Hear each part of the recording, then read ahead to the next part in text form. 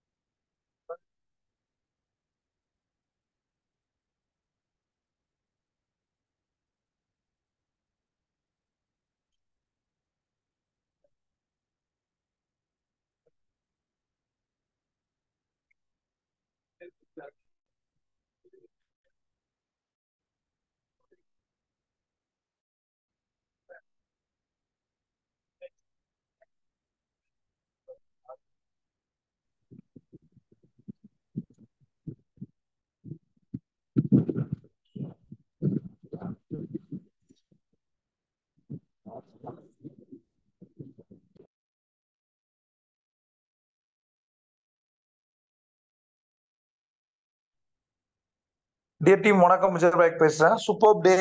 இன்னைக்கு வந்து பணத்தை எப்படி மேனேஜ் பண்றது அப்படின்னு நம்ம பார்க்க போறோம். ஃபர்ஸ்ட் விஷயம், இதை சரியா கத்துக்கணும். கத்துக்கிறத கத்துக் கொடுக்கணும். Learn to learn, learn to teach, teach to teach. அவ்வளவுதான். இதை முதல்ல நம்ம கத்துக் கொடுக்கணும். யாருக்கு கத்துக் கொடுக்கணும் அப்படின்னா, முதல்ல நம்மளோட ஃபேமிலி மெம்பர்ஸ் கத்துக் கொடுக்கணும். ரெண்டாவது நம்மளோட டீம் மெம்பர்ஸ்க்கு கத்துக் கொடுக்கணும். இந்த 10 விஷயங்களை மிக சரியா செஞ்சோம் அப்படின்னா நீங்கள் நினைத்தது எல்லாம் நடக்கும். ரைட்? First, budget. பட்ஜெட்னா என்ன? பட்ஜெட்டை பற்றி கேள்விப்பட்டிருக்கோம். அதை நம்ம பட்ஜெட் போட்டிருக்கோமா? பட்ஜெட்டை பற்றி நான் கேள்விப்பட்டிருக்கேன், பட்ஜெட்டை போட்டிருக்கேன். ஆனா கன்சிஸ்டன்சியா நான் பட்ஜெட் போடல, இல்ல பட்ஜெட் போட்டுட்டு இருக்கேன். நமக்கு நிறைய ரோல் மாடல்ஸ் இருப்பாங்க. நம்முடைய அம்மாவோ அப்பாவோ கடந்த 10 வருடம், 20 வருடம், 30 வருடமாவே பட்ஜெட் போட்டிருப்பாங்க. அந்த மாதிரி ஃபேமிலிஸ் இருக்கு. பட் என்னன்னா, ரொம்ப கம்மியா இருக்கு. அதை மாற்றும்னு சொல்றேன். ஒரு விஷயத்தை கற்றுக்கொள்வதால இது நடக்க போறது இல்லை. அதை இம்ப்ளிமெண்ட் பண்ணும்போது எல்லாமே நடக்குது. அதனால ஹெட்செட் போட்டு கேளுங்க, நோட்ஸ் எடுங்க. டவுட் இருந்தா Q&A கேட்கலாம், அல்லது அடுத்த ஜூம்ல கேட்கலாம். பட்ஜெட்னா என்ன? முதல்ல பட்ஜெட் என்பது ட்ராக் பண்ணணும். நம்மளுடைய வருமானத்தை ட்ராக் பண்ணணும். இந்த இடத்துல வருமானம் என்பது பல பேருக்கு ஒரு கேள்விக்குறி. பல பேருக்கு அது ஒரு கேள்விக்குறி. வருமானம் வருதா? நம்மளோட தொழில வருமானம் வருதா? நம்ம செய்யற வேலையில எல்லா செலவு போக நம்மளால பணத்தை எடுத்து வைக்க முடியுதா? ஒரு பழமொழி இருக்கு, கடலை நீங்க எவ்வளவு கஷ்டப்பட்டீங்கன்னு முக்கியம் இல்ல, கப்பலை கரைக்கு கொண்டு வந்து சேர்த்தீர்களா? அது போல நீங்கள் எவ்வளவு பணம் சம்பாதிக்கின்றது முக்கியம் இல்ல, நம்ம பணத்தை எடுத்துட்டு போறோமா வீட்டுக்கு, பாக்கெட்ல இருக்கா, அக்கௌண்ட்ல இருக்கா, அசட்டா இருக்கா, இதான் கேள்வி. இப்ப ஃபர்ஸ்ட் நம்ம ட்ராக் பண்ண வேண்டியது வருமானம். ஒரு நாள் வருமானம் எவ்வளவு, ஒரு வார வருமானம் எவ்வளவு, மாத வருமானம் எவ்வளவு, 3 மாதங்களுக்கு ஒரு வருமானம் இருக்கு, குவார்டர் இன்கம். ரைட்? அந்த 3 மாதம் ரொம்ப டேஞ்சர். நீங்கள் கடந்த வாழ்க்கைக்கு போனீங்க அப்படின்னா ஒவ்வொரு 3 மந்த்ஸா போட்டு பாருங்க. இதை நிறைய பேர் ட்ராக் பண்றது இல்ல, அதனால மிகப்பெரிய கடன்காரங்களா இருக்காங்க. கடன்காரர்கள் முதல்ல கடனோட இருக்கவங்க, கடன்ல இருந்து எப்படி வேண்டு வருதுன்னு தெரியல அப்படின்னா, பிசினஸ் பண்றவங்க நிறைய சம்பாதிக்க முடியல, எனக்கு ப்ராஃபிட் இல்ல, டர்ன் ஓவருக்கு ப்ராஃபிட் இல்லை அப்படின்னா, இந்த சிஸ்டத்தை நீங்க ஃபாலோ பண்ணீங்கன்னா 100% உங்களுக்கு முதல்ல தெரியும், நம்மளோட நிலைமை தெரியும், நம்மளோட ஸ்டேட்டஸ் என்னன்னு தெரியும். முதல் விஷயம், வருமானம் எவ்வளவு, இதை நீங்க எழுதணும். இப்ப நான் சொல்றதை கேட்கறதால உங்க வருமானம் இன்க்ரீஸ் ஆகாது. நான் சொல்றதை நீங்க நோட்ஸ் எடுக்கும், ஹெட்செட்டை போட்டு கேட்கணும், நோட்ஸ் எடுக்கணும், திரும்ப திரும்ப கேட்கணும்.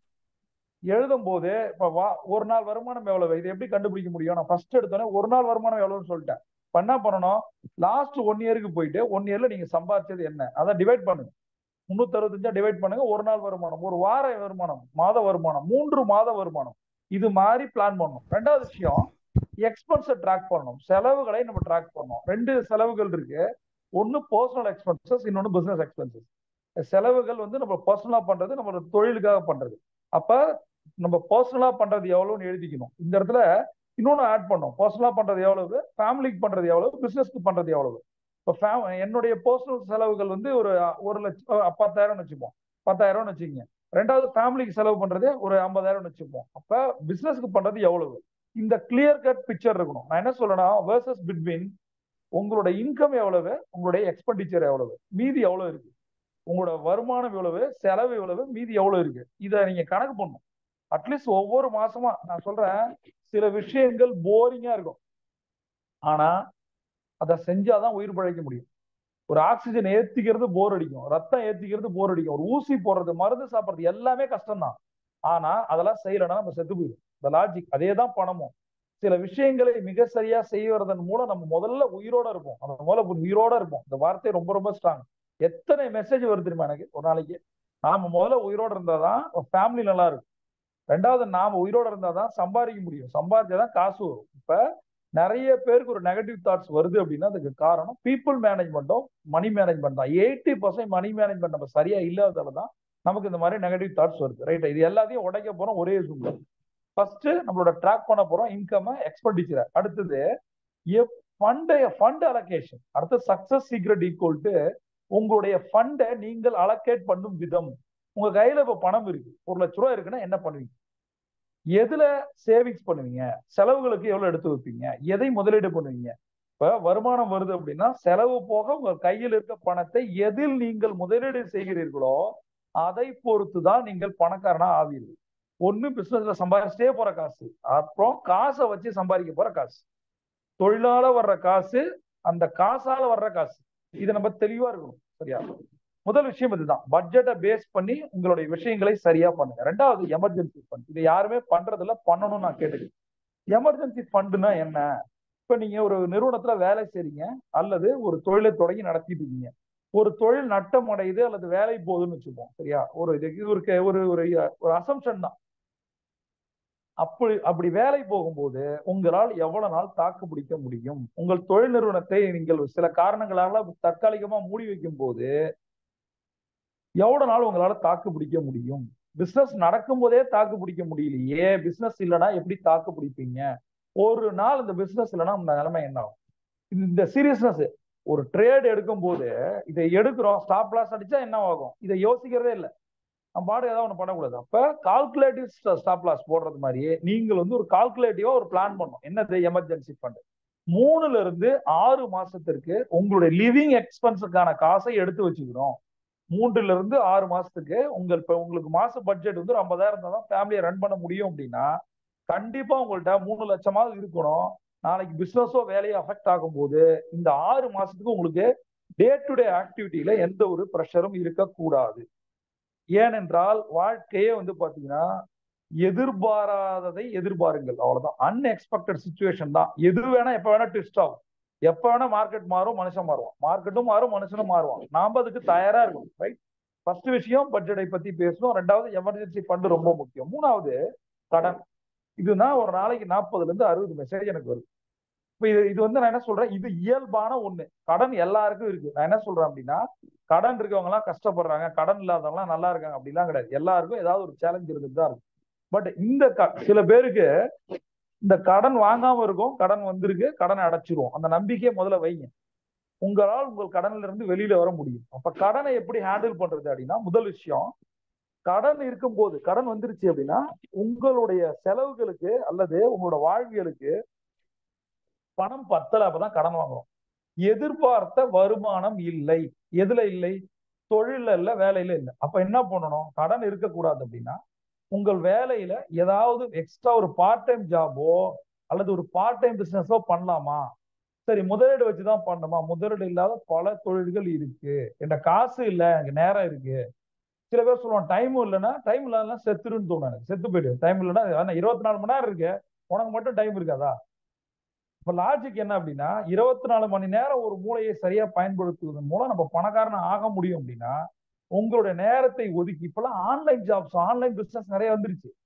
எப்ப வேணா 24/7 பண்ணலாம். நீங்க ஆபீஸ்க்கு 9 மணிக்கு 8 மணிக்கு கிளம்புறீங்கன்னா ஒரு 5 to 7, 6 to 8 கூட உங்களால பண்ணிட்டு போக முடியும். திரும்ப நீங்க ஒரு 6 மணிக்கு வந்துருங்க, 7 மணிக்கு வந்தாலும் கூட 8 to 10 கூட ஒர்க் பண்ண முடியும், 8 to 12 கூட ஒர்க் பண்ண முடியும் உங்களால. சரியா? அந்த மாதிரி நிறைய ஆன்லைன் ஆப்பர்ச்சுனிட்டிஸ் இருக்கு. அதை தேடுவதில்லை. எதை தேடணுமோ அதை தேடுவதில்லை. உட்காந்து தேவையில்லாத என்டர்டைன்மெண்ட் வீடியோக்கள் தான். அப்படியே ஒரு ஷார்ட்ஸ் ஸ்க்ரோல் பண்ணா போயிட்டே இருக்கு. ரீல்ஸ் அப்படியே போயிட்டே இருக்கு. பேஸ்புக்கும் யூடியூபும் இன்ஸ்டாகிராமும் நீங்கள் கற்றுக்கொள்வதற்காக பயன்படுத்துங்கள் அல்லது கற்றுக் கொடுப்பதற்காக பயன்படுத்துங்கள். யாரோட கதைகளும் கேட்கக்கூடாது. ஒரு அடுத்தவங்க கதையை கேட்டோம் அப்படின்னா ஏதாவது கத்துக்கிறதுக்காக கேட்கிறோம். அதை கத்துக்கிட்டு நம்ம கத்து கொடுக்கறதுக்காக அதை யூஸ் பண்ணுமே ஒழிஞ்சு யாரோ ஒருத்தரோட என்டர்டைன்மெண்ட் வீடியோக்களை நீங்கள் பார்க்கவே கூடாது. Time waste, time killer. ரைட்டா? இப்ப கடன் விஷயம் எப்படி வருது? பணம் பத்தல, அதனால கடன் வருது. 90% கடன்கள் நமக்கு நாம தான் பொறுப்பு. 10% தான் இந்த மாதிரி கையெழுத்து போட்டோம், அவருக்காக பண்ணோம், இவருக்காக பண்ணோம், அந்த மாதிரி ஆயிடுச்சு. அது 10%. கவலைப்படாதீங்க, நீங்க நல்லா இருப்பீங்க. அடுத்தவங்க கையெழுத்து போட்டு நீங்க கஷ்டப்பட்டீங்கன்னா கடவுள் கண்டிப்பா ஒரு சேலஞ்சு கொடுக்குறாரு. மிகப்பெரிய பணக்காரன் உங்களை ஆக்குவார். அதற்கான ஸ்டெப்பை நீங்க எடுக்கணும். தேவையற்ற செலவுகளை குறைத்தால் கடன் வாங்க வேண்டிய அவசியம். Savers versus spenders. நம்ம தேவையில்லாத செலவுகளை முதல்ல குறைக்கணும், வருமானத்தை அதிகப்படுத்தணும். வருமானத்தை எப்படி அதிகப்படுத்துறது தொழில் அப்படின்னா, உங்களோட தொழில ஏதாவது ஒரு ப்ராடக்ட் சர்வீசஸ் ஆட் பண்ண முடியுமா? ₹1 வரட்டும். அம்பானி கான்செப்ட்ல என்ன, ₹100 இன்வெஸ்ட் பண்றாரா, அந்த இன்வெஸ்ட் பண்ணதுக்கு ROI செலவு போக ₹1 வந்தா அது நல்ல தொழில். நல்லா புரிஞ்சுக்கங்க. ₹100 இன்வெஸ்ட் பண்றீங்க, அதுக்கு ரிட்டர்ன் வந்து ஒரு ₹10 எதிர்பார்க்கறீங்க. ₹10 வந்துருச்சு. அந்த பணத்தை வைத்து லாஸ் இல்லாமல் நீங்கள் சம்பாதிக்கும் ₹1 உங்களுக்கு லாபம். அதனால சொல்றேன், நிறைய பேர் 2 பேர் சில விஷயங்கள் சொல்றேன் பாருங்க. நிறைய பேர் என்ன பண்ணுவாங்க, ஒருத்தங்க காலேஜ் ஃபீஸ் கேட்டு வராங்க. நான் சொல்றேன் லாஜிக் புரியுது. காலேஜ் ஃபீஸ் கேட்டு வராங்க. எவ்வளவு வேணும் அப்படின்னு கேட்டா ₹15,000 வேணும்.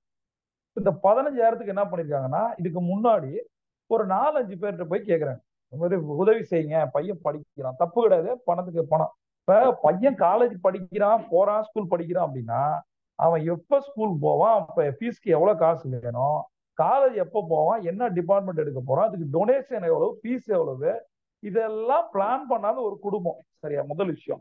சரி, நடந்துருச்சு. அதையும் மீறி சில நேரங்கள்ல நடக்குது. இப்ப நம்ம காலேஜுக்கு ஃபீஸ் வேணும், ஒரு ₹15,000 வேணும். இது வந்து ஒரு 4 பேர்ட்ட போய் கேட்கறாங்க. சரியா? 4 பேர் கேட்டா கொடுப்பாங்களா? சொந்தக்காரன் கேட்கும்போது என்ன ஆகும், மனஸ்தாபம் வரும். போய் பணம் கேட்பான், அவன் கொடுக்கலன்னா அவன் கெட்டவன் ஆயிடுவான். பணம் கொடுத்துருவான், கொடுத்துட்டு அந்த பணத்தை கேட்டாலும் கெட்டவன் ஆயிடுவான். கொடுக்கலனாலும் அவன் கெட்டவன், கொடுத்துட்டு நம்ம கேட்டாலும் கெட்டவன். அவன் கெட்டவன் தான் எப்ப இருந்தாலும். நாம எத்தனை பேர் கொடுத்துருக்கோம்? அப்ப என்ன ஆச்சுன்னா என்கிட்ட வந்தாங்க. 15,000 ஒரு பெரிய விஷயமே கிடையாது. முதல் விஷயம் நான் சொல்றேன், எதற்காக நீங்கள் வந்து ஒரு பணத்தை கேட்குறீங்க அப்படின்னா, உங்களுக்கு சோர்ஸ் இல்ல. இந்த பணத்தை உங்களுக்கு கொண்டு வருவதற்கு உங்கள்கிட்ட சோர்ஸ் இல்ல. அப்ப நீங்க என்ன பண்றீங்க, ஆட்டோமேட்டிக்கா பணம் கேட்குறீங்க. லாஜிக் நான் அப்ப நான் கேட்ட ஒரே ஒரு விஷயம் தான், வீடு சொந்த வீடா அப்படின்னு. ஆமா அப்படின்னு. சொந்த வீடு தானே, அதை பிளட்ஜ் பண்ணால காசு வரும்ல. யோசிச்சு பாருங்க. நகைகளையும் வைக்காமல், அதாவது அவங்களோட சொத்தையும் வைக்காமல் எல்லாத்தையும் காசு கேட்கறது. இன்னொரு நண்பர் வந்து நேற்று பார்க்க வந்தார், ₹40,000 பணம் கேட்டாரு. இப்ப நான் கேட்டேன், எதுக்கு ஐயா இந்த காசு கேட்டேன். நம்ம ஒரு தொழில் தொடங்குறேன் சார், இந்த மாதிரி பணம் வேணும். 40,000 பெரிய விஷயம் இல்லை. நான் என்ன கேட்கிறேன்னா, இந்த மாதிரி நண்பர்கள்ட்ட உறவினர்கள்ட்ட போய் உதவி கேட்டு தொழில் ஆரம்பிச்சா அந்த தொழில் வந்து 100% சக்சஸ் ஆகாது அப்படின்னு சொல்றேன். ரெண்டாவது, உங்களுக்கு 40,000 வேணுமா, 5 நிமிஷத்துல உங்களுக்கு 2,50,000 எடுத்து கொடுக்குமா அப்படின்னு. நீங்க என்கிட்ட கேக்குறீங்க சார், அது ஒரு தப்பே கிடையாது. நம்ம ஒரு இடத்துல போய் உட்காருவோம், அந்த இடத்துல உங்க மொபைல் ஆன் பண்ணி கொடுங்க. 5 ஆப்ல உங்களுக்கு ஒண்ணும் இல்ல, சிம்பிள். இப்ப நீங்க கேட்கறதே 40,000, 10 ஆப்ல இருந்து 25,000, 2,50,000 அடுத்த 10 நிமிஷத்துல உங்களுக்கு நான் பணம் கொண்டு வரேன். எனக்கு ஒன்னே ஒண்ணுதான் தேவை, சிபில் இருக்கான்னு கேட்டேன். சிவில் ஸ்கோர் நல்லா இருக்கான்னு. நல்லா இருக்குன்னாரு. அப்ப ஏன் சார் போய் அடுத்தாண்ட கேக்குறீங்க? முதல் விஷயம், எதுக்கு உதவின்னு கேக்குறீங்க? அவன் உதவி செய்யற மாதிரியா இருக்கான், முதல் விஷயம். ரெண்டாவது விஷயம், வீட்டுல பார்த்தா வீட்லயே இருக்கு, எதுக்கு போய் சொந்தக்காரன் எல்லாம் போய் 10,000 கொடு 15,000 கொடுன்னு கேட்கணும்? அவன் கொடுக்குற மாதிரியா இருக்கான், இருந்தா கொடுக்கணுமா? அடுத்த விஷயம், ஏன் அதை பிளட்ஜ் பண்ணக்கூடாது? ஒரு மார்க்கேஜ் வந்து நீங்க பிளட்ஜ் பண்ணீங்கன்னா எவ்வளவு உங்களுக்கு கிடைக்கும்?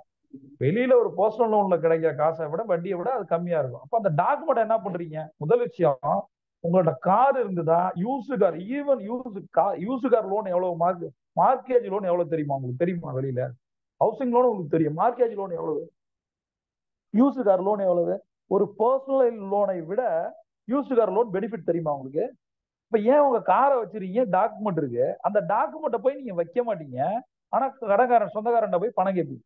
இதனால எவ்வளவு பிரச்சனை சொந்தக்காரங்களுக்குள்ள வருது. ஒருத்தர் போய் கேட்கறோம், அவன் இல்லைன்னு சொல்லிட்டாரு, ஹஸ்பண்ட் ஒய்ஃப்குள்ள எவ்வளவு இஷ்யூ வருது. ஏன் அவங்க அண்ணன் தரமாட்டானா? தேவையில்லாத விஷயங்கள் ஏன் வருது? அப்ப உங்க டாக்குமெண்ட்டை என்னதான் பண்றீங்க? சரி, ஒரு ஒரு இந்த மாதிரி ஒரு நேரத்துக்கு தானே ஒரு நம்ம வந்து தங்கத்தை யூஸ் பண்றோம், அதையும் வைக்க மாட்டோம். சில பேர் என்ன நினைப்பாங்கன்னா, அதை வச்சுட்டோம் அப்படின்னா கவரிங் தெரிஞ்சிருந்தா நம்ம வந்து ஸ்டேட்டஸ் போயிடுமே, என்ன பண்றோம்? எது முக்கியம்னு யோசிங்க. அடுத்தவண்ட போய் காசு கேட்டு நிக்கிறதை விட கவரிங் செயின் போடுறது நல்லதா கெட்டது? ஏன் நம்மள்ட்ட இருக்க விஷயத்துல முதல்ல யூஸ் பண்ணாம நம்ம ஏன் அடுத்தவங்க உதவிக்கு போறோம்? இப்ப அவரால் இப்ப இவர் என்ன பண்ணிருக்காரு, இந்த நண்பர் வந்து ஒரு நண்பர் என்ன கூட்டு சொன்னாரு, என்ன பண்ணி வச்சிருக்காருன்னா, சார் அவர் எச்சரிக்கையா இருங்க அவர்கிட்ட அப்படின்னாரு. என்ன விஷயம்னு கேட்டேன். சார் வந்து லாஸ்ட் மந்த் ஒரு குழந்தைக்கு ஃபீஸ் கட்ட முடியல, 15,000 வேணும்னு கேட்டாரு. சரி, நான் உடனே போட்டு விட்டேன் சார். அப்புறம் தான் தெரியுது என்னோட 4 நண்பர்கள்ட்ட இதே மாதிரி வாங்கியிருக்காரு. இப்ப இதுவே என்னாச்சு, எனக்கு தெரிஞ்சவங்கள்ட்டயே ஒரு 4 பேர்ட்ட பணம் வாங்கியிருக்காரு. 60,000 வாங்கி 5,000 5,000 5,000 வாங்கியிருக்கு. தெரியாதவங்கள்ட்ட எவ்வளவு பேர் வாங்கியிருப்பாரு? லாஜிக் என்ன? 10 பேர்ட்ட வாங்கியிருந்தாருன்னா 1,50,000 வாங்கியிருக்காரு. ஸ்கூல் ஃபீஸ் 15,000 தான். இது இது ஒரு ஏமாற்று திறமை. இது நிறைய பேரை நான் அப்படி பாக்குறேன். நம்ம நிறைய பேரும் கிட்ட இப்ப யாருனே தெரியாது ஸ்கூல் ஃபீஸ் கட்டணும். இது வந்து ஒரு மனசு இலகிடும்ல, ஐயோ ஸ்கூல் ஃபீஸே கட்ட முடியல. இது ஒரு டெக்னிக்காவே நிறைய பேர் யூஸ் பண்றாங்க. யா உங்க குழந்தை கல்விக்கு படிக்க வைக்க முடியலன்னா நீங்க என்ன பண்றீங்க? சரி, காலேஜ் ஃபீஸ் போய் அடுத்தவன்ட்ட போய் நம்ம கேட்கறோங்க.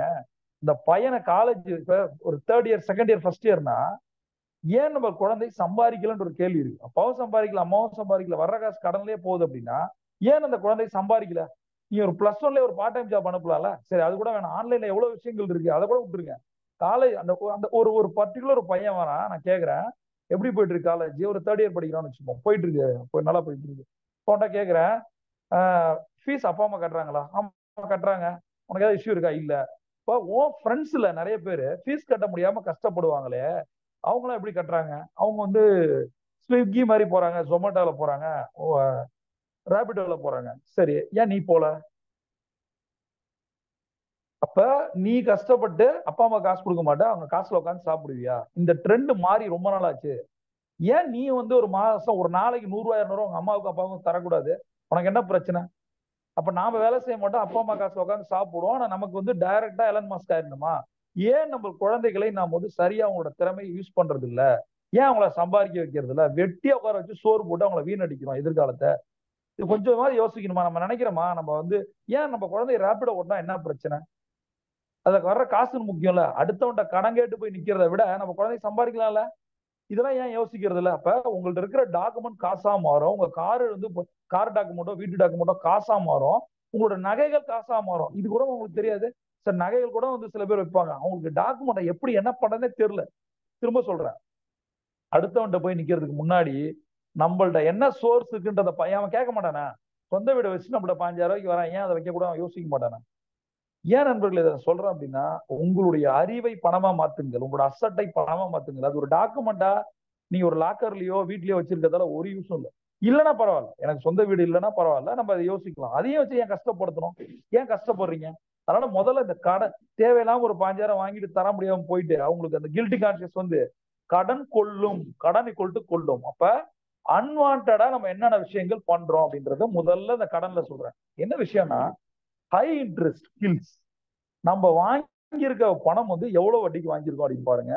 அதுல முதல்ல லிஸ்ட் அவுட் பண்ணும். இப்ப நான் சொல்றது என்னன்னா, வரிசையா யாருகிட்ட கடன், சீரியல் நம்பர் 1, கடன்காரரோட பேரு, அவரோட ஊரு, அவரோட மொபைல் நம்பரு, அவர்கிட்ட என்ன டாக்குமெண்ட்ஸ் வாங்கியிருக்கீங்க, அவரை கொடுத்துருக்கீங்க. இது ரொம்ப முக்கியம். நிறைய பேர் மிஸ் பண்ற விஷயம் தான். நிறைய பேர் பிரச்சனை மாற்றுறது, இந்த செக் வந்து டேட் போட்டு கொடுக்க மாட்டாங்க.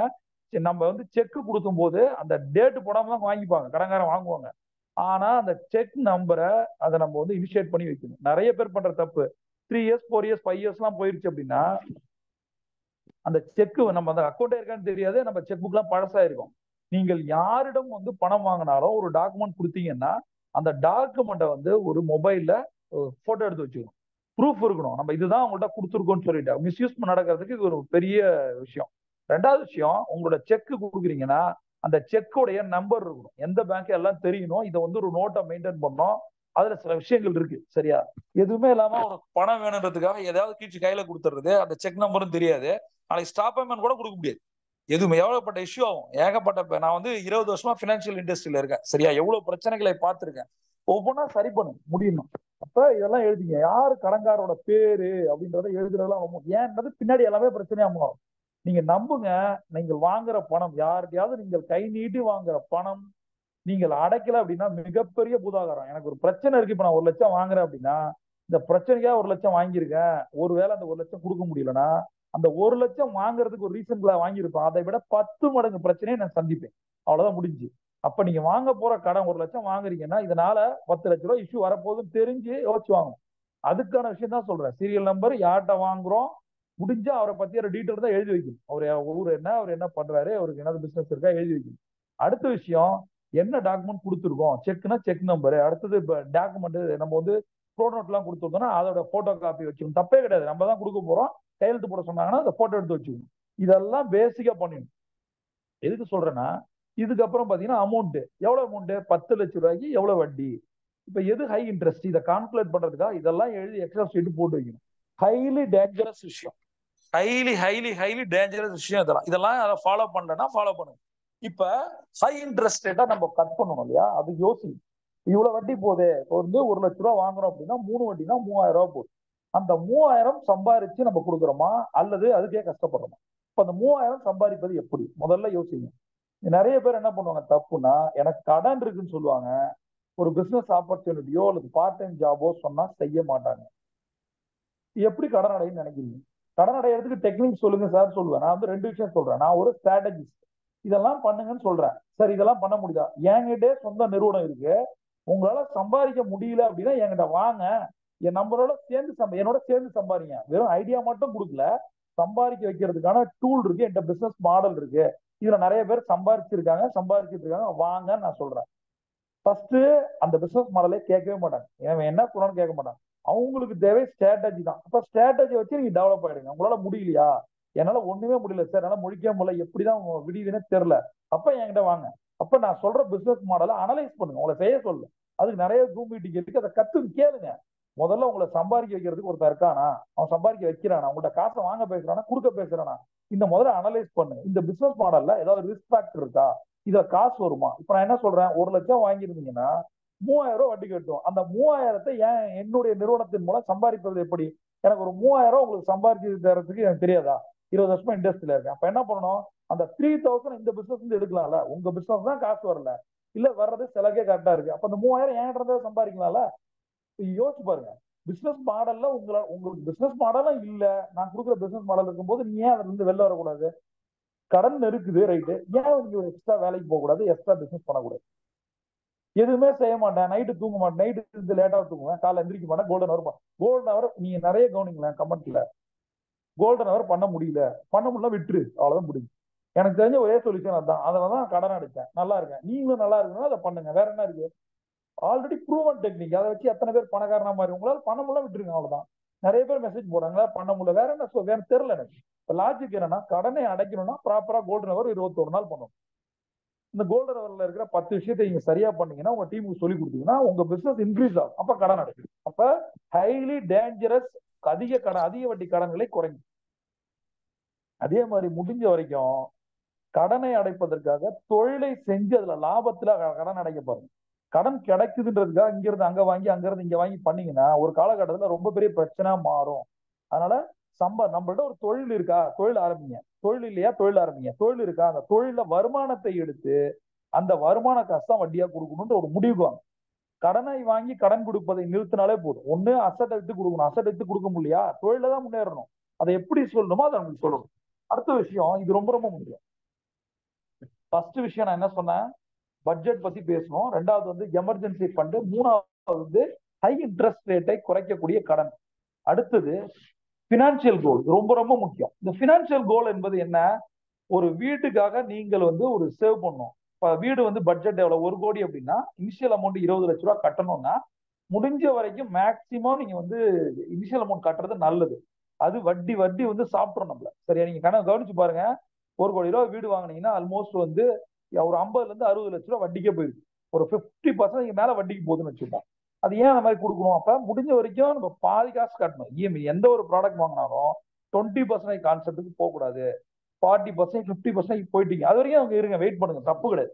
அப்ப ஒரு வீடு வாங்குவதற்கு இனிஷியல் அமௌண்ட் 20 லட்சம்னா அதை சம்பாதிப்பதற்கு என்ன பண்ண போறீங்க? ரெண்டாவது, சேவிங்ஸ்ல வர்ற காசு எப்ப 20 லட்சம் வந்தா வீடு வாங்குறீங்களா, அல்லது அதையே 20 லட்சத்தையே ஒரு பர்சனல் லோன் போட்டு 20 லட்சத்தை கட்டிட்டு அதுக்கு ஒரு ஹவுசிங் லோன் போனா 2 லோன் ஆயிடும், ரொம்ப கஷ்டப்படுவீங்க. அதனால இனிஷியல் அமௌண்ட் கூட நீங்க வந்து பணத்தை வாங்க முடியாமல் நீங்க வந்து பண்றீங்கன்னா ஹைலி டேஞ்சரஸ். சரியா, அது மாதிரி பண்ணாதீங்க. அப்படி ஒரு வீடே தேவையில்ல, வாடகை வீட்டுல இருந்து போயிடலாம். அதனால ஃபர்ஸ்ட் ஒரு இலக்கு என்பது வீடு வாங்குறது மட்டும் இல்ல. ஒரு வீடு வாங்குறதுக்காக நீங்க ஒரு சேவிங்ஸ் ஒரு டார்கெட் வைக்கலாம். ரிட்டையர்மெண்ட் ஆக போறோம் நம்ம, அப்போ உங்க ரிட்டையர்மெண்ட் ஆகும் போது, ரிட்டையர்மெண்ட் நீங்க ஒரு 500 வருஷத்துக்கு அப்புறம் கிடையாது. நீங்க 40 வயசுல இருக்கீங்கன்னா 5 வருஷம் வேலை செஞ்சாலே போதும். 45 வயசு உங்க ரிட்டையர்மெண்ட் ஏஜ் தான். எவ்வளவு நாள் வேலை செய்வீங்க, என்ஜாய் பண்ணுங்க, லைஃப் இருக்கு. நீங்க ஒரு ஃபாரின் வெக்கேஷன் போகணும், அதற்கு ஒரு பினான்சியல் கோல் போட்டு நீங்க சேவிங்ஸ் பண்ணலாம். அப்ப நீங்க ஒரு பினான்சியல் கோல் வந்து செட் பண்ணும் போதுதான் அது ரிட்டையர்மெண்ட்டுக்காக இருந்தாலும் சரி, வீடு வாங்குவதற்காக இருந்தாலும் சரி, கார் வாங்குவதற்காக இருந்தாலும் சரி, வெளிநாட்டு சுற்றுலாவுக்காக இருந்தாலும் சரி, நகை வாங்குறது எல்லாத்துக்குமே ஒரு கோலை செட் பண்ணணும். அது வெறும் பிசினஸ்ல தான் சம்பாதிக்கணும். அந்த காசை வைத்து தான் அந்த கோல் அச்சீவ் பண்ணணும். சரி, கடன் வாங்கி பண்ணக்கூடாது.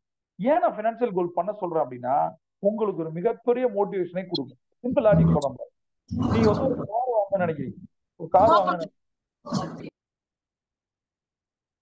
ஒரு கார் வாங்கணும்னு நினைக்கிறீங்க. அந்த ஒரு காரோட வேல்யூ வந்து 1 கோடி அப்படின்னு வச்சுக்கோங்க. ஒரு 30 lakhs அப்படின்னும் போது உங்களோட பணம் இன்க்ரீஸ் ஆகும் போதே உங்களுக்கு ஒரு பெரிய கிக்கா இருக்கும். அது உங்களை ஒரு மோட்டிவேட் பண்ணும். உங்கள்ட்ட இருக்க பணம் பயங்கர மோட்டிவேட் பண்ணும். உங்கள்ட்ட இல்லாத பணம் பெரிய அளவுக்கு மோட்டிவேட் பண்ணும்.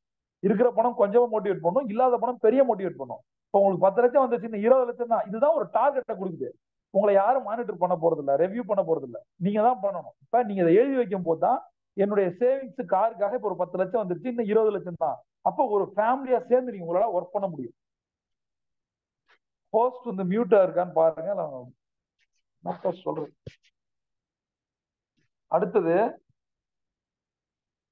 பினான்சியல் கோலை போக்கஸ் பண்ணும்போது நீங்க எந்த வேலை செய்தாலுமே பினான்சியல் கோலை வந்து போக்கஸ் பண்ணும்.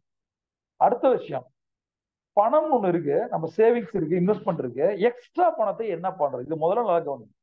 உங்களுக்கு வர்ற பணம், இப்ப நீங்க மாசம் ஒரு 10,000 ரூபாய் சம்பாதிக்கிறீங்க அப்படின்னா அதுல ஒரு 1000 ரூபாய் மிச்சம் பண்ண முடியும்னா அந்த 1000 ரூபாயை என்ன பண்றீங்க? இப்ப ரெண்டா பிரிச்சுங்க. உங்கள் தொழிலால் அல்லது வேலையால் வர்ற பணம் ஒரு பக்கம், உங்களோட வேலைக்கு போற எம்ப்ளாய்மெண்டால் வர்ற பணம். இந்த வேலைக்குள்ள வர்ற எம்ப்ளாய்மெண்ட் காசு என்னென்ன? சேலரி, அடுத்தது இன்சென்டிவ், போனஸ், இதெல்லாமே இருக்கு. சரியா? நீங்க பெரிய லெவல்ல இருந்தீங்கன்னா ஈக்விட்டிலாம் இருக்கு, அதெல்லாம் விட்டுருவோம். இப்ப நம்ம சின்ன லெவல்ல இருக்கணும், நடுத்தர லெவல்ல இருக்கோம்னா நமக்கு சேலரி கிடைக்குது, போனஸ் கிடைக்குது, இன்சென்டிவ் கிடைக்குது.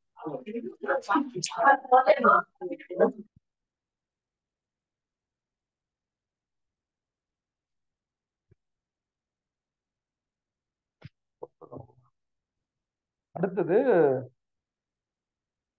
வேலையால் வரக்கூடிய அந்த சம்பளம், அடுத்தது இன்சென்டிவ், போனஸ். இப்ப பிசினஸ்ல வரக்கூடிய வருமானம், இந்த வருமானம் ஒரு பக்கம் இருக்கு. இந்த வருமானத்தை வைத்து எப்படி வருமானம் எடுப்பது, அதை கத்துக்கணும்.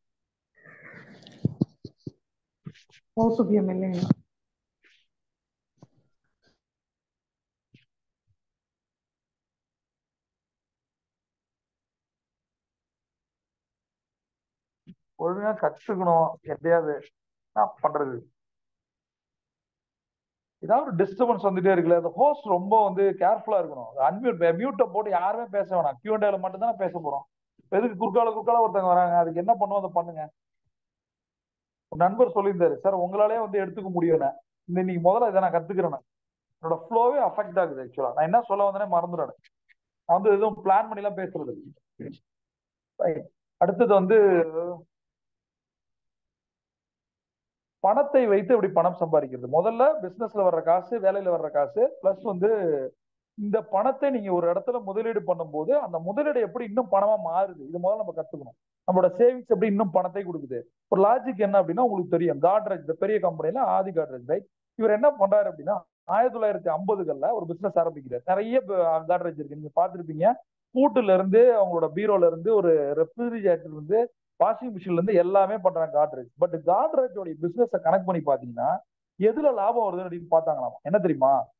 ஒண்ணுமே பண்ணாம இருந்தாலே பண்றதை விட காசு வரும்ன்றத நான் கத்துக்கிட்டது காட்ரேஜ் தான்.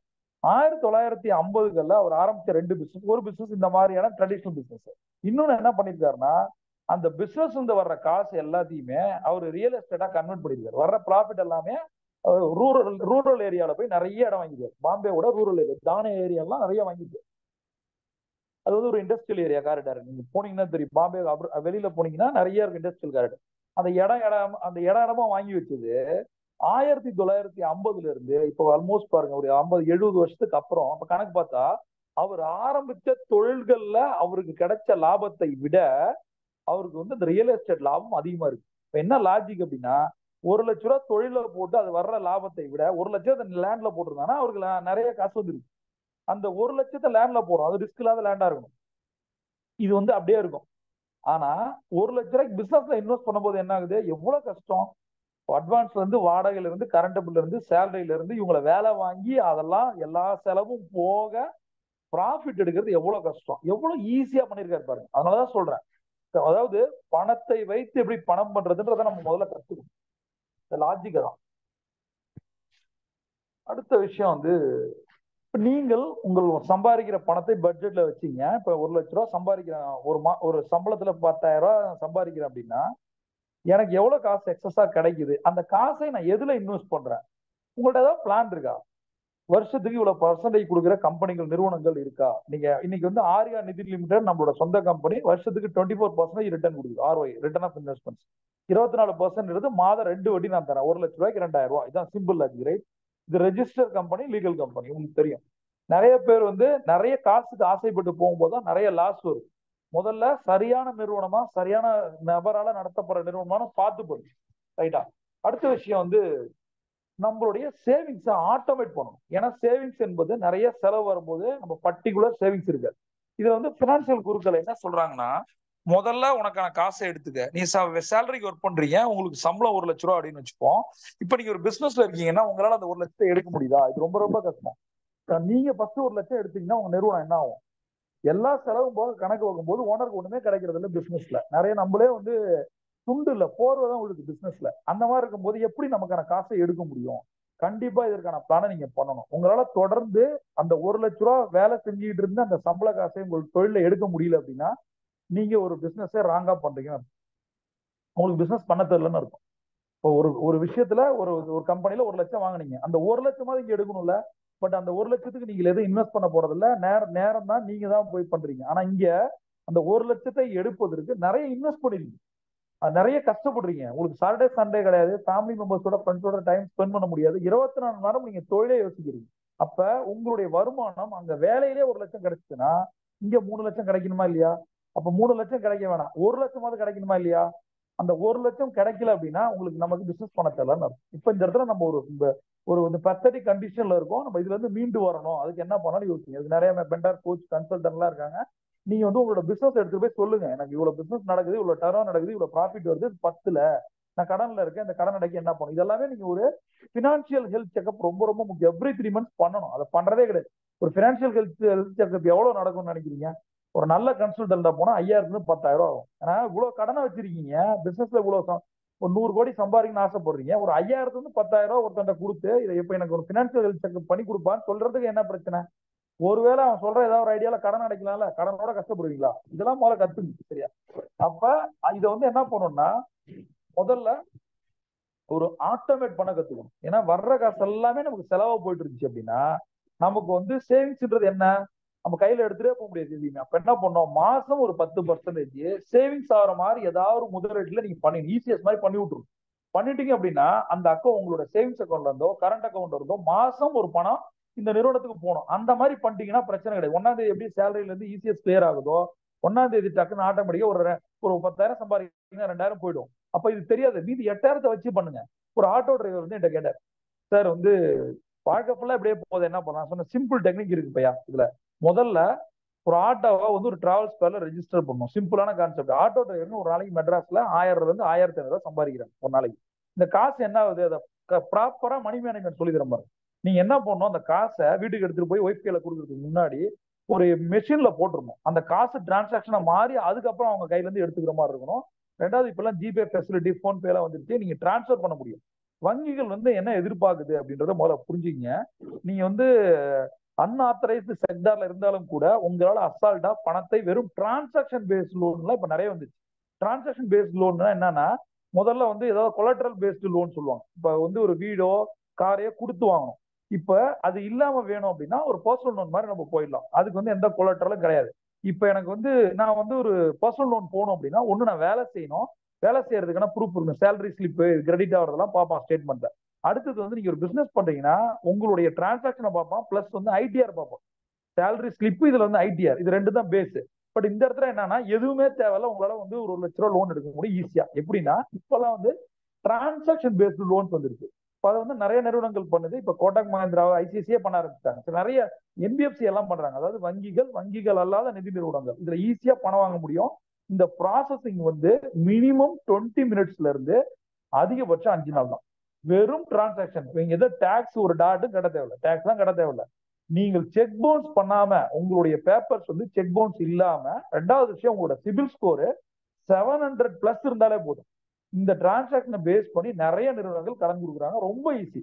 சில நிறுவனங்கள்லாம் 5 நிமிஷம் தான். எந்த ஒரு அதை இன்னொன்னு சொல்றேன் பாருங்க, 5 லட்சத்துக்கு உள்ள அப்படின்னா மேக்சிமம் வீடு வெரிஃபிகேஷன் ஆபீஸ் வெரிஃபிகேஷனே கிடையாது. நீங்க மினிமம் 1 லட்ச ரூபா உங்களுக்கு டார்கெட் அப்படின்னா நீங்க நினைச்சீங்கன்னா 10 நிமிஷத்துல வாங்க முடியும். எந்த ஒரு வீடு வெரிஃபிகேஷன் ஆபீஸ் வெரிஃபிகேஷன் இல்லாமலே டிரான்சாக்ஷன் பேஸ்ட்.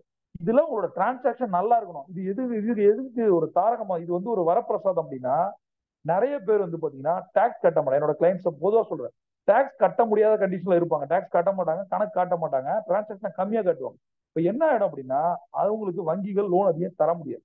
இப்ப இதுக்கு ஒரு மாற்று என்ன பண்ணுவாங்கன்னா, டிரான்சாக்ஷனை பேஸ் பண்ணி டாக்ஸ் கட்டாதவங்க என்ன பண்ணுவாங்கன்னா, பிரைவேட் பினான்ஸ்ல போவாங்க. அங்கதான் போய் கந்து வட்டியில போய் அவங்க மாட்டுவாங்க. அப்ப என்ன ஆயிடும், இந்த டிரான்சாக்ஷன் இருக்கு, நீங்க ஒன்னா அவன் என்ன கேட்பான், ஜிஎஸ்டி கட்டுறீங்களா, ஐடிஆர் ஃபைல் பண்றீங்களா அப்படின்னு. ஜிஎஸ்டியும் கட்ட மாட்டான், ஐடிஆர் ஃபைல் பண்ண மாட்டான். ஆனா டிரான்சாக்ஷன் எனக்கு தெரிஞ்ச ஒரு நிறுவனம் வந்து ஒரு 25 கோடி பண்றான். 25 கோடி பண்றான், டாக்ஸ் கட்டுறது இல்ல, ஜிஎஸ்டி கிடையாது. 25 கோடின்றது சாதாரண விஷயம் கிடையாது. இப்ப லாஜிக் என்னன்னா, இப்ப அந்த 25 கோடி என்ன பிரயோஜனம் நமக்கு அப்படின்னா, எந்த அளவுக்கு நம்ம டிரான்சாக்ஷன் காட்டுறோமோ அதை பேஸ் பண்ணி ஒரு பிரைவேட் பினான்ஸ் தான் கொடுக்கலாம். பிரைவேட் பினான்ஸ் எப்படி பேசிக்கா வந்து கொடுப்பாங்க கடன் அப்படின்னா, உங்களுடைய 1 மந்த் காசை கன்ஃபார்மா கொடுப்பாங்க. சே ஃபார் எக்ஸாம்பிள் நீங்க வந்து ஒரு ஒரு 1 கோடி ரூபா பண்றீங்கன்னு வச்சுக்கோங்க ஒரு வருஷத்துக்கு. நான் வந்து 10 லட்சம் வச்சுக்கேன், 10 லட்சம் 10 லட்சம் 10 லட்சம் 1 கோடின்னு வச்சுக்கோங்க. கந்து வட்டிக்காரங்களோ பிரைவேட் பினான்ஸோ ஃபர்ஸ்ட் ஒரு எலிஜிபிள் டார்கெட் என்ன வைப்பாங்கன்னா, 1 கோடி உங்களுக்கு டிரான்சாக்ஷன் இருக்கணும். பேசிக்காவே ஒரு கரண்ட் அக்கௌண்ட் 1 கோடி இருக்கும். சரியா, 1 கோடி உங்கள்ட்ட இருக்கு அப்படின்னா பேசிக் எலிஜிபிள் லோன் எவ்வளவு அப்படின்னா 10 லட்ச ரூபா 100% தருவாங்க. ஏன்னா உங்களோட டிரான்சாக்ஷன் டிவைட் பண்ணி பாருங்க, உங்களால 10 லட்ச ரூபா டிரான்சாக்ஷன் பண்ணீங்கன்னா 10 லட்ச ரூபா உங்களுக்கு வந்துடும். சிம்பிள் கான்செப்ட் இது. சரியா, இதுல வந்து நான் சொல்றதுல எல்லாமே வங்கிகளை பொறுத்தும் நிதி நிறுவனங்களை பொறுத்தும் இந்த பிரைவேட் பினான்சியர்களை பொறுத்தும் மாறுபடும். அது கிளையண்டோட டிரான்சாக்ஷன் பிளஸ் உங்களுடைய அப்ரோச், நீங்க எப்படி பேசுறீங்களோ. உங்க பேப்பர் சரியில்லைன்னா கூட உங்களோட அப்ரோச்சை வச்சு உங்களால நிறைய காசு வாங்க முடியும். நீ ஜெனுவனா இருக்கீங்களா, உண்மையா பேசினாலே காசு கிடைக்கும். பேப்பர்ஸ்ல இருக்கும், நிறைய பேர் மாத்தி மாத்தி பேசுவாங்க, அதனால நிறைய பணம் கிடைக்காது. அதனால இது வரைக்கும் என்ன பண்ணிட்டு இருந்தோம் நம்ம அப்படின்னா, இந்த டிரான்சாக்ஷனை பேஸ் பண்ணி டாக்ஸ் கட்டாததால கந்தோட்டிக்காரங்கள்ட்ட போய் வாங்கிட்டு இருந்தோம். அதற்கு ஒரு மாற்றம் என்ன பண்ணிட்டானுங்க, ஆட்டோமேட்டிக்கா நிதி நிறுவனங்கள் உள்ள வந்துச்சு. இப்ப நிதி நிறுவனங்கள் இது எப்படி நம்மள்ட்ட ஸ்மார்ட்டா யூஸ் பண்றாங்கன்னா, எல்லா பயப்பிள்ளைங்களுமே ஃப்ராடு பயப்பிள்ளைங்க தான். சரியா, எல்லா பயலுமே புறா பயலுமே ஃப்ராடு தான். ஆனா நம்ம சூழ்நிலை இப்படி இருக்கிறதால நாம என்ன பார்க்கணும், எவன் கம்மி வட்டியா ஒரு கந்து வட்டிக்கு போகும்போது எவ்வளவு காசு கொடுக்குறோம், அதை விட கம்மியா இருந்தா நமக்கு லாபம் தான். இல்லையா, யாரெல்லாம் இந்த மாதிரி செக் பேஸ்டு பினான்ஸ் வாங்கியிருக்கீங்களோ அவங்களுக்கு சொல்றேன் இதெல்லாம் லாஜிக். இப்ப என்ன பண்ணோம் அப்படின்னா, ஒரு லாஜிக் சொல்லுவான், இவன் எவ்வளவு டாக்ஸ் இப்ப வந்து டிரான்சாக்ஷன் பேஸ்ட் லோன் எவ்வளவு கொடுக்குறாங்க அப்படின்னா, இதுக்கு 2 கேட்டகரி இருக்கு. ஒன்னு பிலோ 5 lakhs, above 5 lakhs. இப்போ ஒரு 10 lakhs உங்களுக்கு டிரான்சாக்ஷன் பேஸ்ட் லோன் வேணும் அப்படின்னா அவன் என்ன தெரிஞ்சிடும் அப்படின்னா, இவனுக்கு காசு தேவை இருக்கா, பேசும்போது தெரிஞ்சிடும். சார் எப்ப சார் கிடைக்கும், உடனே வந்துருமா சார், நாளைக்கு வந்துருவோம், கேட்கும் போது புரிஞ்சுப்பான் அவன். உங்களோட அர்ஜென்சியை புரிஞ்சுக்கிட்டு அவன் என்ன பண்ணுவான், ஃபர்ஸ்ட் ஒரு சாஃப்ட் காப்பி ஒன்று அனுப்புவான். இதுல பயங்கரமான தில்லாலங்கெல்லாம் இருக்கு வங்கித்துறையில. ஒரு சாஃப்ட் காப்பி அனுப்புவான், அதை பார்த்தோன்னே ஒரு ஷாக் ஆயிடுவோம் டப்புன்னு. என்ன போட்டிருக்கும் அப்படின்னா, 27% வந்து இன்ட்ரெஸ்ட் ரேட்டு, உங்களுக்கு வந்து ப்ராசஸிங் ஃபீ வந்து ஒரு அமௌண்ட் போட்டு அனுப்புவோம். அந்த ப்ராசஸிங் ஃபீ பாத்தீங்கன்னா 5-6% இருக்கு. நார்மலா ஒரு கார் லோன் வந்து ஒரு வங்கியில எடுக்கும்போது மேக்சிமம் ப்ராசஸிங் ஃபீ அப்படின்னா 0.10 காசுல இருந்து, அதாவது ஒரு ஒரு காசு 0.10 காசுன்னு வச்சுப்போம், அதுல இருந்து 1% நார்மல், 2% அதிகம். அதாவது உங்களுடைய லோன் வேல்யூ 1 லட்ச ரூபா அப்படின்னா அது வந்து 1000 ரூபாயில இருந்து 2000 ரூபாய் ப்ராசஸிங் ஃபீ. ஆனா இவனுங்க என்ன பண்ணுவாங்க, ஃப்ராடுத்தனத்தை எங்க ஆரம்பிப்பாங்கன்னா 5-6% போட்டு வச்சிருப்பாங்க. 1 லட்ச ரூபா லோனுக்கு எவ்வளவு போடுவாங்கன்னா, சிம்பிளான கான்செப்ட், 1 லட்ச ரூபாய்க்கு 5000 போட்டு வச்சிருப்பான். நீங்க 10 லட்ச ரூபாய்க்கு போனா 50,000 போட்டு வச்சிருப்பான் ப்ராசஸிங் ஃபீ. 22 லட்ச ரூபா காருக்கே எவ்வளவு போட்டிருப்பான், 1% 22,000 தான். இவனுங்க தாறுமாறா போடுவானுங்க ப்ராசஸிங் ஃபீ. நம்ம கவனமா இருக்க வேண்டிய முதல் விஷயம் ப்ராசஸிங் ஃபீ. ரெண்டாவது ஹிடன் சார்ஜஸ் நிறைய இருக்கும். லோன் நம்ம என்ன பண்ணுவோம், காசு கிடைச்சா போதும், எவ்வளவு கொடுத்தாலும் பார்க்கவே மாட்டான், நம்ம ஓகேன்னுவான். அதுல இன்னொரு ஃப்ராட் என்ன பண்ணும் தெரியுமா, சில நிதி நிறுவனங்கள் பண்றாங்கன்னா, நீங்க லோன் அப்ளை பண்ணும்போது அவங்க இசிஎஸ் கிளியர் பண்றதுக்கான ஃபார்மை கையெழுத்து வாங்குவான். நாம வந்து கேட்பான், டே என்னடா இது, முதல்ல லோன் அமௌண்ட் எவ்வளவுன்னு சொல்ல, இன்ட்ரெஸ்ட் எவ்வளவுன்னு சொல்ல, ப்ராசஸிங் ஃபீ எவ்வளவுன்னு சொல்ல, எடுத்தோடனே நாட்ச இது கிளியர் பண்ணுவோம். ஆட்டோமேட்டிக்கா இசிஎஸ் ஃபார்மை கிளியர், இதுதான் சார் ப்ரொசீஜர். பணம் தேவைன்றவன் என்ன பண்ணுவான், பணமே வாங்காம இசிஎஸ் ஃபார்மை கிளியர், அப்ப நீங்க இது கேன்சல் பண்ணீங்க சார், இதெல்லாம் உங்களுக்கு என்ன சார் லாஸ்ன்னு கேட்பான். நீங்க ஏகப்பட்ட விஷயங்கள் பண்ணுவாங்க. இந்த மாதிரி விஷயங்களை பேச ஆரம்பிச்சா நிறைய பேசுவேன். லாஜிக் என்னன்னா, இப்ப என்ன பண்ணுவான், இன்ட்ரெஸ்ட் ரேட் எவ்வளவுன்னு போடுவோம், அதுல ஒரு இன்ட்ரெஸ்ட் ரேட்டுக்கு இவ்வளவு அமௌண்ட், ரெண்டாவது ப்ராசஸிங் ஃபீ, மூணாவது ப்ரீ இஎம்ஐன்னு ஒரு காசு எடுப்பான், அடுத்தது டாக்குமெண்ட் சார்ஜ்னு ஒரு காசு எடுப்பான், அது இல்லாம இன்சூரன்ஸ்னு ஒன்று எடுப்பான். சரியா, இன்சூரன்ஸ் காசும் பாத்தீங்கன்னா ப்ராசஸிங் ஃபீ ஆல்மோஸ்ட் சேமா இருக்கும். இதுலயே நம்மள ஏமாத்தி வச்சிருப்பான். ஏகப்பட்ட காசை போட்டு வச்சிருக்கானா, ஏகப்பட்ட காசு போட்டுருவான் ப்ராசஸிங் ஃபீல. இப்ப அவனுக்கு தெரியும் கிளைண்ட்டுக்கு சரி அவனுக்கு தெரியும் கிளைண்ட் நம்மளை விட்டு போக மாட்டான். சில பேர் என்ன தருவாங்க இந்த இடத்துல நம்ம சில புத்திசாலி கிளைண்ட் என்ன பண்ணுவாங்கன்னா வேற ஒரு லோன்ல இருக்கிற ஆஃபர் எடுத்து போடுவோம். அதுல ஏதாவது ஒன்று போட்டிருப்பான். இது ஒரு டெக்னிக். ஒரு ரெஸ்யூம் எடுத்துட்டு போறோம்ல, எனக்கு ஆல்ரெடி இவ்வளவு சிடிசி கொடுக்கறதுக்கு ஒரு கம்பெனி இருக்கு, நீ தெரியா இவ்வளவு அப்படின்ற மாதிரி நான் கிளியரா சொல்லணும் இந்த இடத்துல. ஐயா நீ வந்து 27% போடணும் வாங்கவே மாட்டேன், 17% எனக்கு ஆள் இருக்குன்னு சொல்லிட்டு அந்த ஆஃபரை காட்டினீங்கன்னா மேபி இருந்தா அதுக்கு என்ன பண்ணுன்னா ஆப்ல வந்து ஒரு ஆப்ஷன் இருக்கும், ஒரு பிசினஸ் லோன் சொல்லி ஒரு ஆப்ஷன் இருக்கும் ஆப்ல. அதை போய் கிளிக் பண்ணீங்கன்னா அவன் வந்து அப்ராக்சிமேட்டா ஒரு இன்ட்ரெஸ்ட் ரேட் போட்டிருப்பான். அந்த ஸ்கிரீன்ஷாட்டை கட் பண்ணி இவன் நம்மள ஏதாவது ஒன்று பண்ணலாம்ல, ஆனா இதெல்லாம் அவனுக்கு தெரியும். அவன்கிட்ட போட்டு இவன் பாரு 17% எனக்கு கொடுக்குறேன்னு இருக்கான், நீ 27% கொடுக்குற. எல்லாமே நெகோசியேஷன் தான். நெகோசியேட் பண்ணும்போது 1% கம்மியானா கூட அது நமக்கு லாபம் தானே. ஏன்னா 1% இன்க்ரீஸ் ஆகும்போது ஒரு 3 வருஷம் 5 வருஷம் லோன் போகும்போது நிறைய காசு நம்மள இருந்து போயிடும். அது இதெல்லாம் பார்க்கணும். நீங்க ப்ராசஸிங் ஃபீல கவனமா இருக்கணும், இன்ட்ரெஸ்ட் ரேட்ல கவனமா இருக்கணும். அதெல்லாம் செம ஃப்ராட் நடக்கும். ஒன்னு சொல்லுவானுங்க ஒன்னு செய்வானுங்க, அதெல்லாம் பார்த்து பேப்பர்ல இப்ப என்ன பிரச்சனைனா பிசினஸ் ஆண்டர்பிரினர்ஸ்க்கு இவங்க பிசினஸ் பண்ண சரியா தெரியாதால, நமக்கு நிதியை ஹேண்டில் பண்ண தெரியாதால, இங்க கந்தோட்டி பிரச்சனைகள் இருக்கிறதால ஆட்டோமேட்டிக்கா என்ன பண்ணுவாங்கன்னா எவ்வளவு பணம் கிடைச்சாலும் போதுன்னு போயிடுவாங்க. நீங்க முதல்ல அனலைஸ் பண்ணுங்க. இந்த புத்திசாலித்தனம் லோன் வாங்குறதுல காட்டுற புத்திசாலித்தனத்தை நீங்க பிசினஸ்ல காட்டுறீங்கன்னா நீங்க லோனே வாங்கிருக்க மாட்டீங்க. புரியுதா? பணம் என்பது ரொம்ப ரொம்ப கஷ்டம் நண்பர்களே சம்பாதிக்கிறது. ஆனா அதே பணம் சம்பாதிக்கிறது ரொம்ப ரொம்ப ஈஸி. ஈஸியா பணம் வரும்போது பணத்தை விட்டுட்டு அப்புறம் பணத்துக்கு வந்து வட்டி கட்ட முடியல, அசலை கட்ட முடியலன்னு ப்ரெஷர்ல இருக்கக்கூடாது. இது வந்து உங்களோட பிசினஸோட ப்ரொடக்டிவிட்டியை ஸ்பாயில் பண்ணும், உங்களோட மனநிலையை பாதிக்கும், உங்க குடும்பத்தினுடைய மனநிலையை பாதிக்கும், உங்களோட டீமோட மனநிலையை பாதிக்கும். டோட்டலா கடன் அந்த நிறுவனத்துக்கு வந்துருச்சுன்னா அதோட ப்ரொடக்டிவிட்டி ரொம்ப ஒஸ்ட் ஆயிடும். பட் 100% அதுல இருந்து உங்களால மீண்டு எழுந்து வர முடியும். அதற்கு தான் மணி மேனேஜ்மெண்ட். மணி மேனேஜ்மெண்ட் ஒற்றை வார்த்தை இல்லை. இதெல்லாம் பண்ணி முடிச்ச பின்னாடி அந்த சாஃப்ட் காப்பி என்ன சொல்லுவாங்கன்னா, சார் இது முதல்ல சாஃப்ட் காப்பியா போகுது, கிரெடிட் டீம் வந்து உங்கள்ட்ட இன்ட்ராக்ட் பண்ணிட்டு அதுக்கப்புறம் வந்து ரேட்டை ஃபிக்ஸ் பண்ணணும்னு சொல்லுவாங்க. 100க்கு 90 கேஸ்ல அதை வந்து ரிவர்க் பண்ணவே மாட்டான், ரிவர்க் பண்ணவே மாட்டான். அவன் என்ன பர்சன்டேஜ் சொல்றானோ அதை மட்டும் தான் கொடுப்பான். இப்ப என்ன ஆயிடுச்சு அப்படின்னா ஃபைனல் ஸ்டேஜுக்கு வந்து நிற்கும். இப்ப ஃபர்ஸ்ட் என்ன சொல்லுவான், 27% 17 குறைக்கிறேன், ப்ராசஸிங் ஃபீ வந்து 6% 2% குறைக்கிறேன் அப்படின்னு சொல்லுவான். ஆனா எதுவுமே குறைக்க மாட்டான். இந்த இடத்துல கடைசி ஃபைனல் பாயிண்ட்டுக்கு சார் லோன் வந்து இவ்வளவு எலிஜிபிள் ஆயிருக்கு, அதாவது எப்படின்னா 6 லட்சம் ரூபாய் லோன் வந்து உங்களுக்கு உங்க அக்கௌண்ட்ல போடும். உங்க லோனோட எலிஜிபிலிட்டி 7 லட்சம் ரூபாய் சார். அதுல வந்து உங்களுக்கு 7 லட்சம் ரூபாய்க்கு 6,70,000 ஹிடன் சார்ஜ் போட்டுவான். 7 லட்சம் ரூபாய் ஹிடன் சார்ஜ் 70,000 போனா என்ன ஆச்சு, 6,30,000. இந்த 6,30,000 நீங்க கட்ட வேண்டிய காசு 9,70,000. இதுதான் டிரான்சாக்சன் பேஸ்டு பினான்ஸ் கம்பெனிஸ் பண்றது. ஆல்மோஸ்ட் ஒரு 6,50,000 ஒரு 3,70,000 பிளஸ் வட்டி கட்டணும். இப்ப வந்து என்ன கேட்போம் நம்ம, இது ரொம்ப அதிகமா இருக்கு, 6,50,000 வந்து 10 லட்சம் ரூபாய் அதிகமா இருக்கு போது அவன் சொல்லுவான், சிம்பிள் லாஜிக் சார், இதே 6 லட்சத்தை நீங்க வெளியில வட்டிக்கு வாங்கினீங்கன்னா 2% ஒரு மாசத்துக்கு வந்து 12,000 கணக்கு போட்டு பாருங்க. இத்தனை இது உங்களுக்கு 4,50,000 வட்டி வந்திருக்கும், உங்களுக்கு 70,000 பெனிஃபிட் இருக்கும். வேற வழியே கிடையாது. நமக்கு வெளியில எவனும் கடன் தரலாம் இவன்ட்ட போறோம். அப்ப என்ன ஆயிடும் அப்படின்னா இதுல ஒரு பெனிஃபிட் என்ன நண்பர்களே, நீங்க வட்டிக்கு வெளியில வாங்கும் போது அசல் அடையவே அடையாது, வட்டி மட்டும் போயிட்டே இருக்கும். 10 லட்சம் ஒருத்தனை வாங்கினீங்கன்னா அந்த 10 லட்சம் இருந்துட்டு இருக்கும், நீங்க வட்டி கொடுத்துட்டே இருப்பீங்க. பட் இதுல என்ன ஒரு அட்வான்டேஜ் அப்படின்னா இதுல வந்து அசலும் அடையும் கடன் இந்த வட்டியும் அப்படியே ஒரு காலத்துல இந்த லோன் முடிஞ்சிடும். ஆனா நீங்க வெளியில வட்டிக்கு வாங்கினீங்கன்னா உங்க லோன் முடியவே முடியாது. அதை கம்பேர் பண்ணும்போது இது பெஸ்ட். பட் பினான்சியல் ப்ராடக்டை பொறுத்த வரைக்கும் இது பெஸ்ட் அது பெஸ்ட்னு கிடையாது. உங்களுடைய சூழல் முக்கியம். என்ன மாதிரி சூழல் இருக்கீங்க, எதுக்கு உங்களுக்கு பணம் தேவைப்படுது. நான் திரும்பவும் சொல்றேன் பாருங்க, பணத்தை வாங்கி வேற ஏதாவது தொழில போட்டீங்கன்னா அதுல லாபம் வந்துச்சுன்னா நீங்க எவ்வளவு வட்டிக்கு வேணா போலாம், 10 வட்டி கூட நீங்க போலாம். உங்களுக்கு ஒரு சாலிடா 20% லாபம் கிடைக்குதுன்னா 10% உங்களால கொடுக்க முடியும். பட் ஏதோ ஒரு அசம்ஷன்ல நீங்க போயிட்டு திரும்பவும் நான் ஒரு விஷயம் சொல்றேன், கடனை வாங்கி ட்ரேடிங் பண்ணக்கூடாது. கடனை வாங்கி ட்ரேடிங் பண்ணவே கூடாது. இந்த மாதிரி ஆப்ல போயிட்டு ஜிம்மி விளையாடுறது, அது ஒரு ரம்மி விளையாடுறது, அது விளையாடலாம் பண்ணக்கூடாது. இன்னைக்கு காலைல வரேன், இப்ப வெளியூர்ல இருக்கேன், நான் ஒரு ஆன்மீக இடத்துல இருக்கேன், டிவியை போடுறேன், ஒரு பையன் வந்து 20 லட்சம் கடனால ஏதோ ஒரு ரம்மி விளையாண்டு செத்து போயிட்டான்னு நியூஸை போட்டானே இதை நான் டிவியே பாக்குறதே இல்லை. டிவியை பார்த்து 500 வருஷம் ஆகுது. நான் இதை போய் பாக்குறேன், முதல் நியூஸே இப்படி போடுது, யாரும் தெரியும், அவன் போட்டு விட்டு போயிட்டான், உள்ள வர்ற அந்த ஹோட்டல்காரன் வந்து ஆன் பண்ணிட்டு போயிட்டான் டிவியை. நான் எனக்கு டிவியை பார்த்துருக்கேன். இதை பார்த்தோன்னே பகீர்னு எனக்கு, ஏன்னா 20 லட்சம் எதுக்கு நான் செத்து போனேன் அப்படின்ட்டு. அவன் எவ்வளவு ப்ரெஷர்ல இருக்கான். இதுதான் சொல்றேன். எதுக்கு நான் சொல்றேன் அப்படின்னா பணத்தை, அதாவது அசம்ஷன் பிசினஸ்ல வந்து நீங்க இன்வெஸ்ட் பண்ணும்போது இப்ப கடனை வாங்குறீங்க, ஒரு வட்டி 2 வட்டிக்கு வாங்கி நீங்க பண்றீங்க அப்படின்னா ஒருவேளை அந்த பிசினஸ்ல காசு வரல என்ன பண்ணுவீங்க. நமக்கு தெரிஞ்ச தொழில பணமே வரமாட்டேங்குது, இல்ல லாபம் வர மாட்டேங்குது, நம்ம கடன்ல இருக்கோம். இது தெரியாத விஷயத்துல ஷேர் மார்க்கெட்டு, ஃபாரெக்ஸ், கமோடிட்டி, கரன்சின்னு போயிட்டு அதெல்லாம் விர்ச்சுவல் மணி நண்பர்களே, வெறும் நம்பர் இது. பணம் லாஸ் ஆகும், 1 லட்சம் மைனஸ் காட்டாது உங்க பணம். அது அந்த 1 லட்சம் சம்பாதிக்க ட்ரெடிஷனல் பிசினஸ் எவ்வளவு நேரம் ஆகும், எவ்வளவு நாள் ஆகும் யோசிங்க. அதனால கடன் வாங்கி நீங்க வந்து முதலீடே பண்ணக்கூடாது. கடன் வாங்கி முதலீடு பண்ணக்கூடாது, கடன் வாங்கி ட்ரேடிங் பண்ணக்கூடாது. இது பயங்கர ப்ரெஷர். என்ன ஆயிடும்னா அவனுக்கு அவனுக்கு வட்டி கொடுக்கணும்னு ஆயிடும். அந்த வட்டி கொடுக்கணும்னாவும் நீங்க நினைச்ச மாதிரிலாம் மார்க்கெட் பணம் தராது. இப்ப இதை நம்பி நீங்க அதுல இன்வெஸ்ட் பண்ணீங்கன்னா மாட்டிப்பீங்க. அதனால வந்து இதை நல்லா நான் சொல்ற விஷயங்கள்லாம் நண்பர்களே, டவுட் இருந்தா கேளுங்க, கிளியர் பண்ணிக்கீங்க. பணம்ன்றது வந்து டபுள் எட்ஜ் ஸ்வாட் மாதிரி, கத்தி கிழிச்சோம் கையில. அந்த கத்தியை வச்சு நீங்க ஆப்பிளும் கட் பண்ணலாம், ஆபரேஷனும் பண்ணலாம், குத்திட்டு சாகலாம், 4 பேர் குத்தலாம். கத்தியால நிறைய அட்வான்டேஜ் இருக்கு. அப்ப நீங்க எப்படி அந்த அது வந்து கத்தி என்பது ஒரு டூல், பணம் என்பது ஒரு டூல்.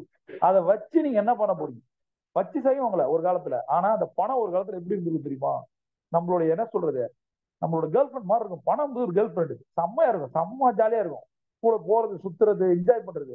இந்த லாஜிக் என்ன தெரியுமா? அது போன பின்னாடி கஷ்டப்படுற மாதிரி தான் இது. பணம் ஐயோ இல்லையே இல்லையே. முதல்ல அந்த ஸ்கேர்சிட்டி மைண்ட்ல இருந்து வெளில வரும். பணம் என்பது உணர்வு. முதல்ல புரிஞ்சு, பணம் என்பது ஒரு கவிதை, அது உணர்வு. அதை என்ஜாய் பண்ணி பண்ணணும். பணத்தை வந்து நிறைய கால்குலேட்டிவ் ரிஸ்க் எடுக்கணும். இதை பண்ணலாமா வேணாமா? இப்ப உலகத்துல இருந்து யாரெல்லாம் சம்பாதிச்சாங்கன்னு பாருங்க, இந்த ஜூயிஷ் கம்யூனிட்டி அதோட சக்சஸ் எல்லாம் படிச்சு பாருங்க. நீங்க என்ன பண்ணுங்க, கூகுள்ல போயிட்டு நான் அதை பத்தி ஒரு வீடியோ நான் போடலான்னு இருக்கேன். ஜூயிஷ் கம்யூனிட்டி, அதாவது இந்தியாவில் யாரெல்லாம் பணக்காரங்களா இருக்காங்க பாத்தீங்கன்னா, மார்வாடிங்க குஜராத்தி, ராஜஸ்தான்ல இருக்கவங்க மார்வாடிங்க, குஜராத்ல இருக்கவங்க குஜராத்தி, சிந்தி ஃபேமிலி, சரியா? இவங்க 3 பேர் தான் பணக்காரங்களா இருக்காங்கன்னு ஒரு புள்ளி விவரம் சொல்லுது. அவங்க தான் பணக்காரங்க, உண்மையாலுமே அவங்க தான் பணக்காரன். குஜராத்காரனும் ராஜஸ்தான்காரனும் பணக்காரன். நம்ம எல்லாம் யாருன்னு பாத்தீங்க. இதே மாதிரி வேர்ல்டு வைடு ஒரு கம்யூனிட்டி இருக்கு அப்படின்னா, அது ரொம்ப இன்ட்ரெஸ்டிங்கான விஷயம் வந்து ஜூயிஷ் கம்யூனிட்டி. இன்னைக்கு வந்து ஜூயிஷ் வந்து இயல்பாவே புத்திசாலித்தனமா இருக்காங்க. மெயினா அவங்களுக்கு வந்து மணி மேனேஜ்மெண்ட் அவ்வளவு தெரியுது. எனக்கு என்ன ஒரு வருத்தம் அப்படின்னா, நமக்கும் மணி மேனேஜ்மெண்ட் தெரிய மாட்டேங்குது, நம்ம குழந்தைங்களுக்கும் சொல்லி தர மாட்டோம். எஜுகேஷன் சிஸ்டத்துல இதெல்லாம் கொண்டு வரணும். ரிச்சர்ட் போர்டோட கான்செப்டை குழந்தைங்களுக்கு சொல்லி தரணும். எப்படி வந்து தேவையில்லாத ரைம்ஸ் போட்டு விடுறோமோ, அவன் ஒரு காலகட்டத்தில் வந்த பின்னாடி கியோசாக்கி நான் யாரு, அவன் என்ன பண்ணா, நீங்க அந்த புக் என்ன திங்கம் குரோரிச்சு ஒரு 10 புக்கு, திரும்ப இந்த இடத்துல ஒரு ஸ்ட்ராங்கா ஒரு புக்கை ரெஃபர் பண்றேன், தயவு செய்து மனப்பாடம் பண்ணுங்க. அந்த புக்கை படிச்சிருந்தீங்கன்னா கடனே வராது.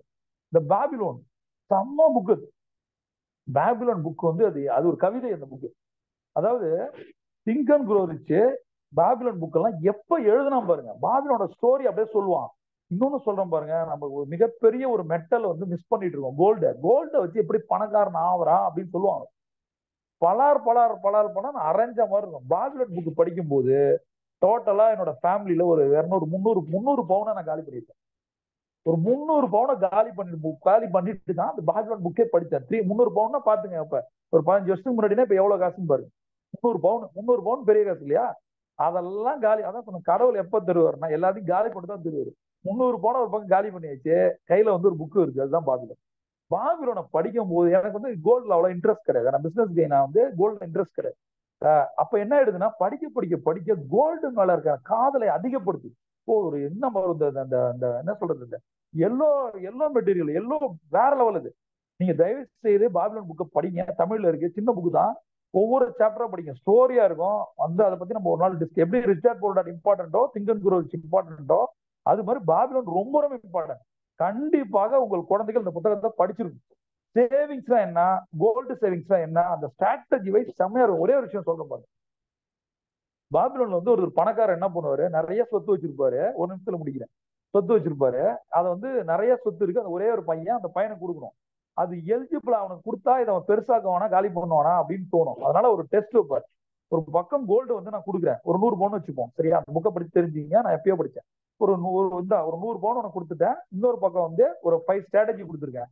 நீ என்ன பண்ற, இதை எடுத்துட்டு போ, 10 வருஷம் கழிச்சு வா, இந்த கோல்டை இன்க்ரீஸ் பண்ணிருக்கியா, என்ன நடந்துச்சுன்னு சொல்லுன்ற. இவன் ஒரு 10 வருஷம் கழிச்சு அந்த பையன் வரான், அவன் சொல்றதான் இந்த கதையே, சரியா? அவன் வந்து சொல்றான் என்ன ஆச்சு, அந்த வந்து கொடுத்த பவுன் என்ன ஆச்சு, அந்த ஸ்ட்ராட்டஜி எப்படி அவனோட லைஃப்பை மாத்திச்சுன்னு சொல்றான். Amazing book.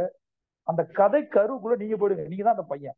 உங்களோட பவுனை நீங்கள் அதிகமாக்குனீங்களா கம்மியாக்குனீங்களா? அந்த புக்கை படிக்கும் போது, இந்த சாப்டர் வரும்போது என் கண்களை தண்ணி வருது. ஏன் தெரியுமா? நான் ஒரு ஒரு ஒரு சாதாரணமான மாணவன் வந்து, நான் சாதாரணமான ஒரு மனுஷன், வீட்டுல இருக்க 300 பவுன் போகுது அப்படின்னா என்னோட அம்மாவோட மனநிலை எப்படி இருக்கும்?